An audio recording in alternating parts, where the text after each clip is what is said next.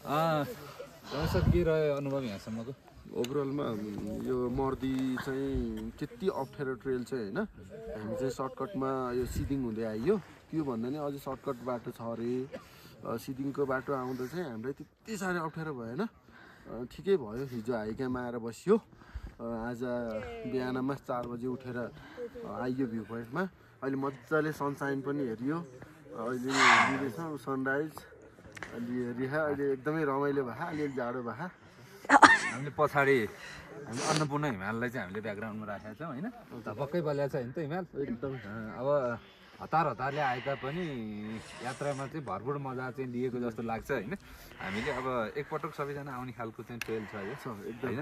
रमाइलो सबैजना आउनु होला। टाढा पनि होइन र एकदम त्यति गाह्रो पनि होइन। 2 देखि 3 दिनको ट्रेल एकदम इनफ पुग्छ। 3 दिनको समय छुट्याउनु भयो भने यो उक्लिँदा जति अलिक गाह्रो भएको महसुस भयो नि, यहाँ आइसकेपछि सब बिर्सिन्छ। यस्तो एकदम 360 डिग्रीमै हिमाल देख्न पाइन्छ।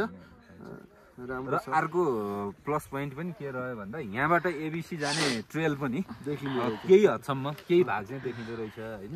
अझ बेस क्याम्पतिर जाने र हेर्ने हो भने एबिसीको त्यो जुन बेस क्याम्प छ त्यो पनि देखिन्छ भन्ने कुरा चाहिँ सुन्यो। अब हामी त्यहाँसम्म त सायद जाँदैन होला आज होइन। अब जुन भ्यू पोइन्टबाट त्यो हेर्नु पर्ने जुन मुख्य भ्यू थियो हामीले यहीँबाट हेरिहाल्यौँ है।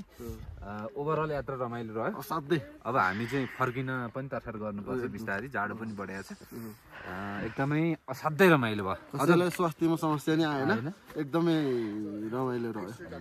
ल ओभरअल है त। ल happy time happy time happy enjoy.